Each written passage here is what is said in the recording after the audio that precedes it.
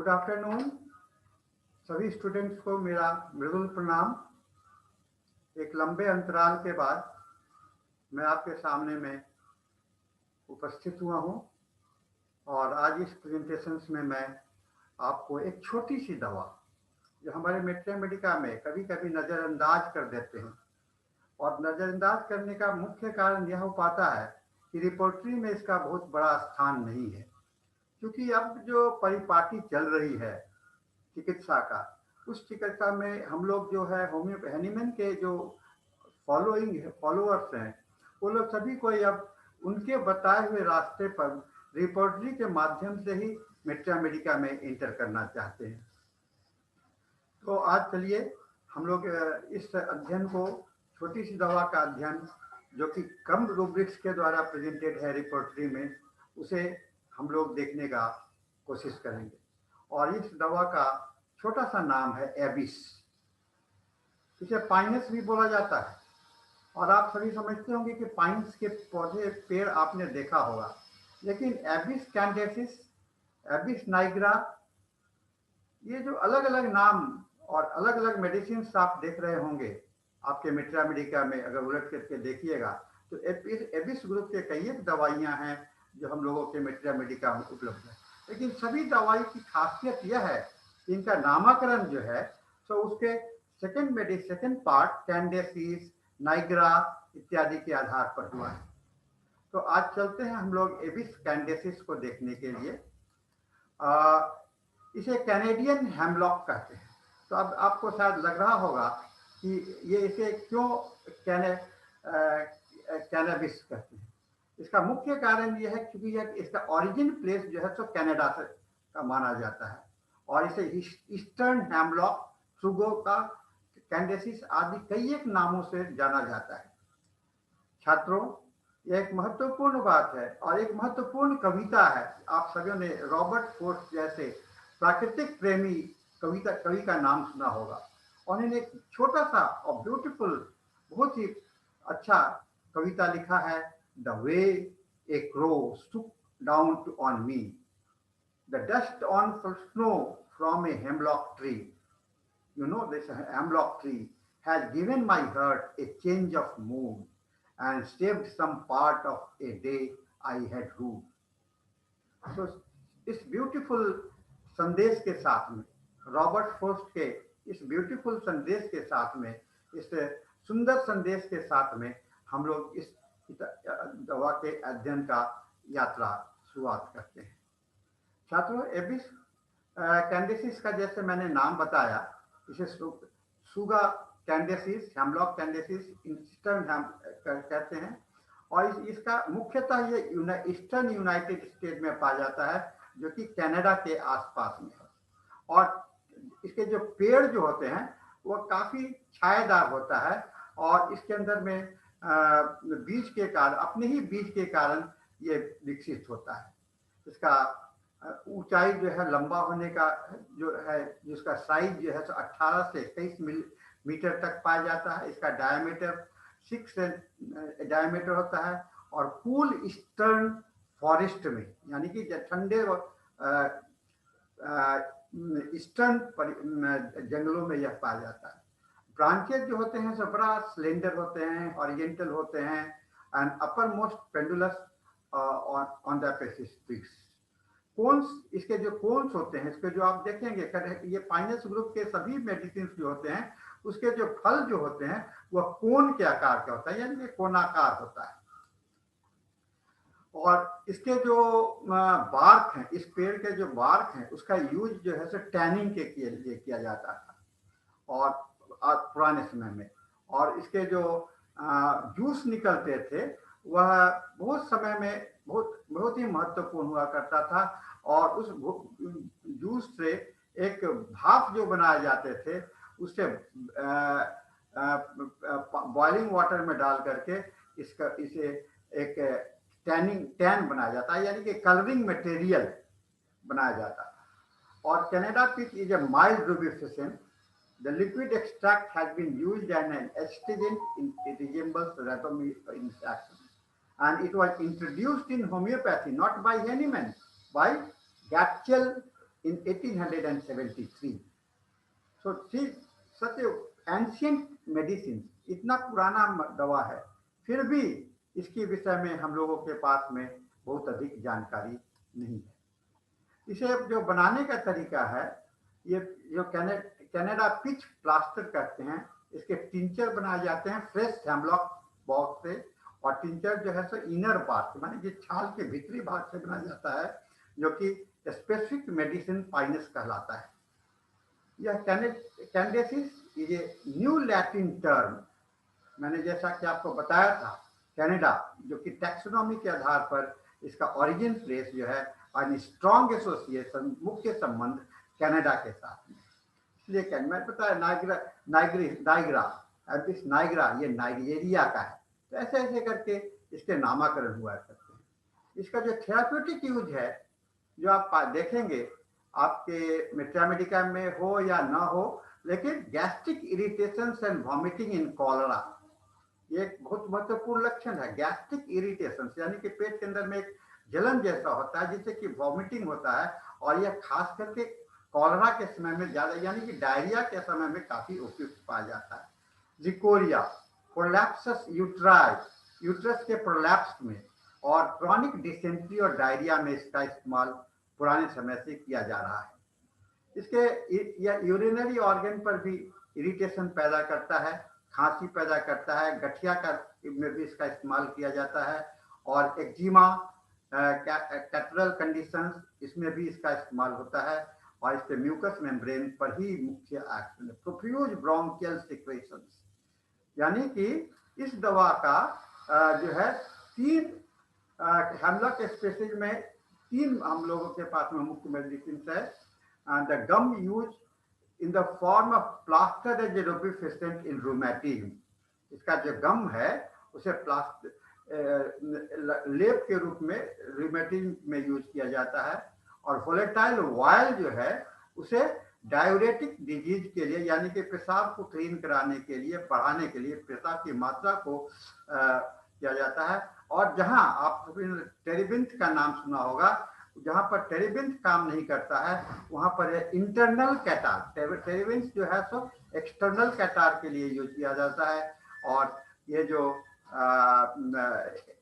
Hemlock जो है so internal कैटार के लिए यूज किया जाता है। It is a large order and bearing plants. इनमें बहुत सारी, ये कोन, ये आपको कोन का एक फोटो आप देख रहे होंगे यहाँ पर, करीब करीब सभी भी कॉनिफेरी फैमिली के ग्रुप, जिसको कि पाइनस फैमिली भी बोला जाता है, उसके सभी के जो फल जो है सो आप इस कोन के आकार का होता है। कभी कभी हम लोग इसे सजाने के लिए अपने घरों में इस्तेमाल किया करते हैं, ठीक है ना।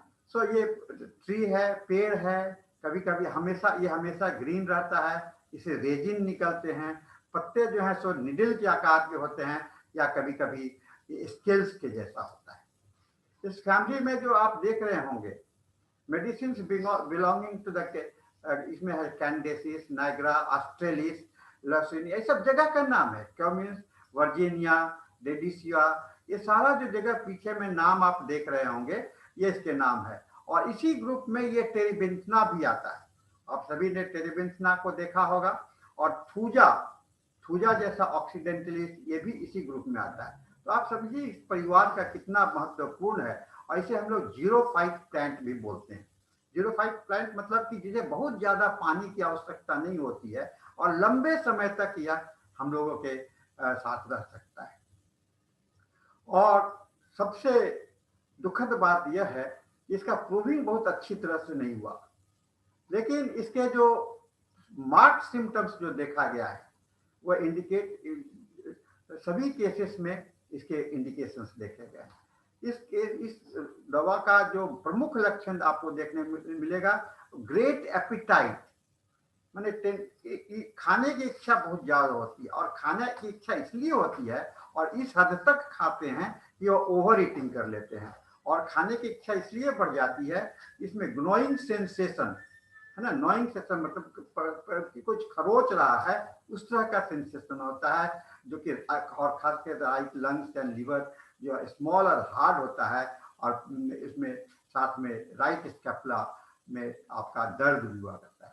पेशेंट जो है तो बहुत अच्छा महसूस करता है जब वह पैर को उठा करके रखता है, और shivering as if the blood turn to cold water, है ना। और इसके साथ में इसके ठंड, आप मैंने यहाँ पर एक फोटोग्राफ आपको दिखलाया है, यहाँ पर देख लेंगे इतने ज्यादा कंपन होते हैं कि जो ब्लड ब्लड जो है सो लगता है कि सफेद, यानी कि जो हाथ पर कभी सफेद जैसा हो जाता है, यह आपको इस दवा के साथ में दिखलाई पड़ेगा।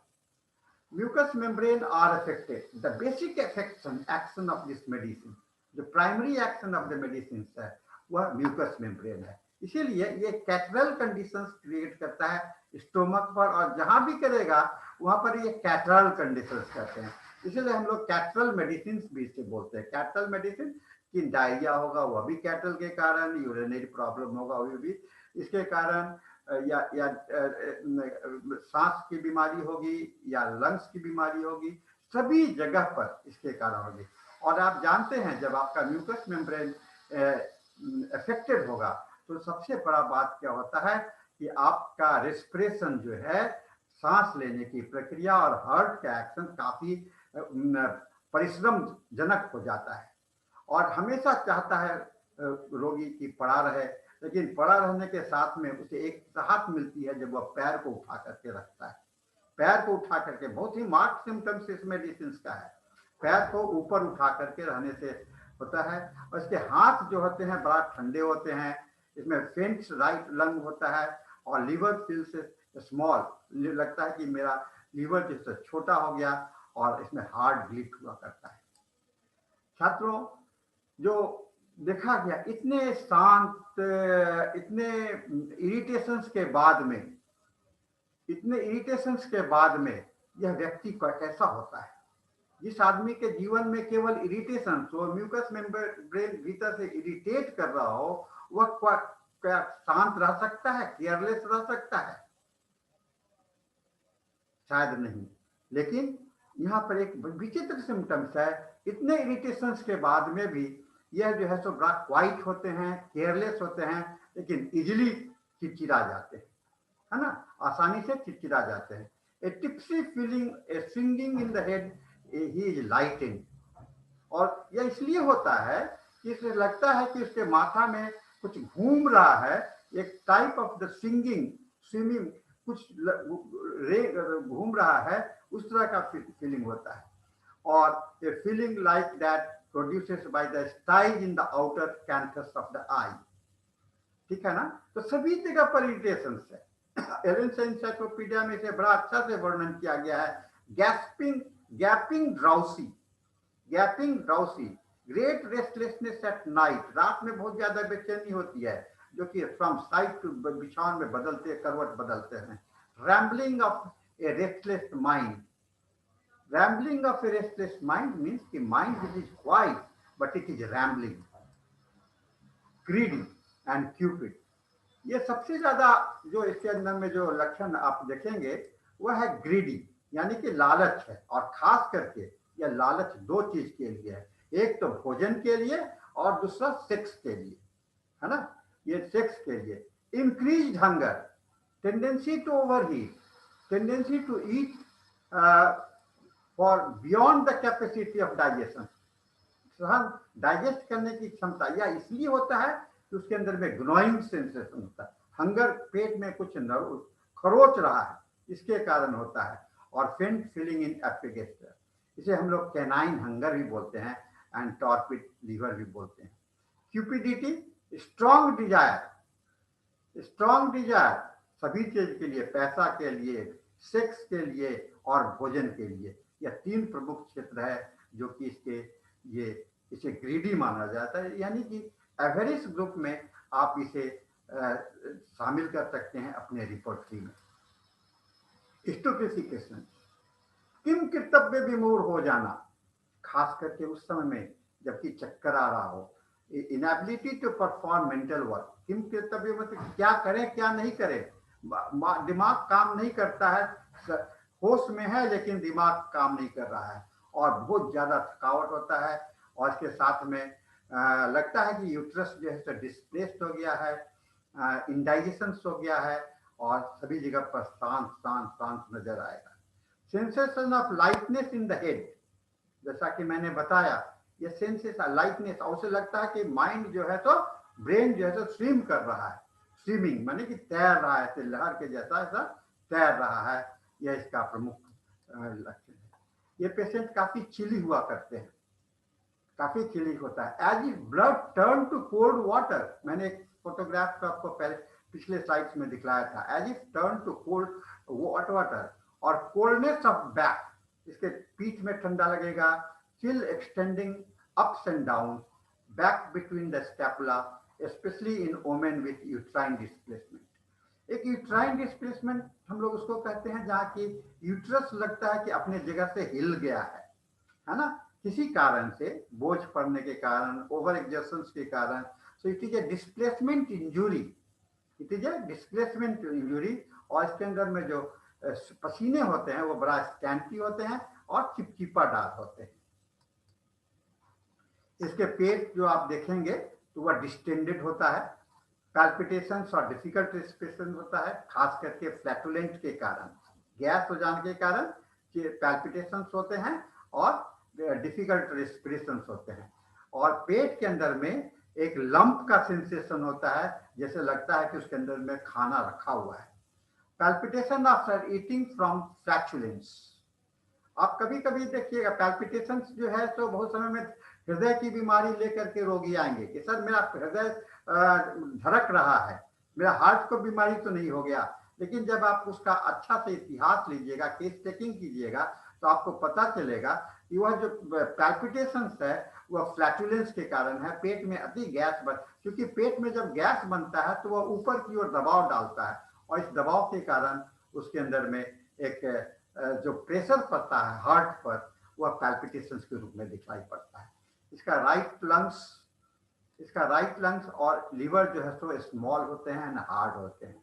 राइट लंग भी छोटा होगा, लीवर स्मॉल होगा और हार्ड हुआ करता है, ठीक है ना। So pain right hypochondria extending to right scapula. अब देखिए राइट हाइपोकॉन्ड्रिया में शुरू होगा और राइट स्कैपुला तक जाएगा। Sensation of cold cloth and back, लगता है कि पीठ पर कोई काला ठंडा या गीला कपड़ा रखा हुआ है। और sleep position with limb drawn up, यानी कि पैर को उठा करके सोना, यह इसका प्रमुखता है। इसके साथ में इनवॉलेंट्री यूरिनेशन, यानी कि पेशाब करते हैं तो पता नहीं चलता है, और जब स्ट्रेनिंग हंसने की कोशिश करते हैं तो स्टूल भी हो जाता है, यूरिन भी हो जाता है, ठीक है ना। So when straining at stool, when laughing, हंसते समय में पेशाब हो जाएगा, लैट्रिन करते समय में, पैखाना पर जोर लगाते समय में भी इसे स्टूल हो जाता है। और यूट्राइन डिस्प्लेसमेंट जैसा कि मैं बता रहा था, यह ज्यादा देर तक बैठे रहने पर या दबाव से आराम मिलता है, फेंट सिंकिंग फीलिंग होता है इंडाइजेशन के साथ में। हैरिंगटन ने कहा है, हैरिंगटन ने बहुत ही अच्छा कोट किया, when prolapsus uterus is the symptoms of general defective nutrition, prolapsus uterus with general defective nutrition. इस बात को ध्यान रखिएगा, क्योंकि प्रोलैप्सिस यूट्रस में कई अंदर में कई एक दवाइयां हैं, लेकिन डिफेक्टिव न्यूट्रिशन के कारण है, with little or no congestion, sepia ills to abies, abies के बाद में सिपिया काम करता है और ये सारी दवाइयां आती हैं, ऐसा हैरिंगटन ने कहा है। और यूट्रस जो होते हैं स्टोर होते हैं, घावदार होते हैं, और उसे प्रेशर से उसे आराम मिलता है। इसे खाने में जो पसंद है वह है आपको रॉ फूड, माने कच्चे फल हो गए, आर्टिचोक, कोर्स फूड यानी कि जो काफी रफ टाइप का फूड, इंडाइजेस्टेबल थिंग, मट्टी उट्टी भी खाना पसंद करते हैं, चॉप खाना पसंद करते हैं, मीट पसंद करते हैं, पिकल मीट पसंद करते हैं, अचार खाना पसंद करते हैं, पंजेंट खाना पसंद करते हैं, तीखा खाना, या पंजेंट मतलब तीखा, तीता नहीं तीखा, और रेडिशेस मूली, सावर खट्टा, और स्पाइसेस मसालेदार, टर्निप गाजर, और वेजिटेबल। इसके कष्ट जो हैं तो चाय पीने के बाद में बढ़ते हैं, और इस तरह के व्यक्ति चाय पीना के लिए अवॉइड करते हैं, वह डरते हैं चाय पीने के लिए। और इस तरह के व्यक्ति को मीट पिकल सॉस सावर पसंद नहीं है। आप देख रहे होंगे कि मीट पिकल सावर और आर्टिचोक यह भी डिजायर में भी है और रिवर्सन में भी है, लेकिन यह इसका आपको कहा जाता है बाइपोलर सिम्टम्स। बाइपोलर सिम्टम्स, जिस पेशेंट में यह दिखलाई पड़ेगा उस पेशेंट के अंदर में इसका ऑपोजिट होगा, या ऑपोजिट के बाद में इसका दूसरा रूप आएगा। इस दवा को हम लोग नक्सवोमिका, पल्सिप्ला और एबिस नाइग्रा से कंपेयर कर सकते हैं और हाइडेस्टिस से कंपेयर कर सकते हैं। अब जैसा कि मैंने आपको बताया कि इसके अंदर में केवल 199 रूब्रिक्स हैं रिपोर्टरी में, सिंथेसिस रिपोर्टरी में, जो कि सबसे लेटेस्ट रिपोर्टरी है। उसके अंदर में 199, केवल 199, और इसके कष्ट जो हैं तो मुख्यतः डिस्कॉर्ड, झगड़ा, दोस्तों से, परिवार से होते हैं, और केवल 15 रूब्रिक्स हैं जहां की इसे आप सिंगल मेडिसिन के रूप में, सिंगल इंडिकेशंस के रूप में इस दवा को देख सकते हैं। तो छात्रों, मैंने एक छोटी सी दवा का एक बृहद परिचय देने का कोशिश किया हूं। मैंने यह कोशिश किया हूं कि इसके मुख्य धारा जो है, मुख्य सिम्टम्स जो है और बेसिक सिम्टम्स जो है वह झगड़े से उत्पन्न होता है। इसके बेसिक जो सिम्टम्स हैं वह म्यूकस मेम्ब्रेन के इरिटेशंस के कारण होता है, म्यूकस इंटेंशन के कारण है। इतनी ही जानकारी हम लोगों के मेट्रिया मेडिका में है, इतनी ही जानकारी, यानी कि आप कहिए कि मैं रिपोर्ट मेट्रिया मेडिका को देखने के बाद में बोरिक के मेट्रिया मेडिका में जाइए, केंट के लेक्चर में जाइए, और क्लार्क के डिक्शनरी में जाइए, इंसाइक्लोपीडिया में जाइएगा, तो सबसे छोटी दवा के रूप में आपको यह एबिस कैंडेसिस आपको नजर आएगा। तो छात्रों, यह एक महत्वपूर्ण दवा है, फिर भी हम इसका एक्सप्लोरेशन कर सकते हैं, इस्तेमाल कर सकते हैं, बशर्ते कि हमें इसके साथ में एक महत्वपूर्ण ये सब इस जो इंडिकेशन है मैं बताया, पैर को उठा करके सोना, है ना, लेटना तो पैर को उठा करके सोना, लेग्स ड्रॉन अप। आप देखते होंगे कोई आदमी क्या करता है, जब लेटता है तो पैर के पास में या अपने कमर के नीचे में एक ऐसा चीज करता है जिससे कि उसका पैर का भाग जो है सो ऊपर की ओर उठ जाए। बैठने का कोशिश करता है तो बैठते समय में जो हम लोग जमीन पर बैठते हैं तो स्पैटिंग पोजीशन बोला जाता है, वो स्पैटिंग पोजीशन में इसे काफी कष्ट आराम मिलेगी। तो ये एक महत्वपूर्ण चीज है जिसे हम लोगों ने आज इस दवा के माध्यम से जानने का कोशिश किया है, और इसके साथ ही मैं आज का इस लेक्चर को समाप्त करता हूं, और मैं उम्मीद करता हूं कि आप सबों को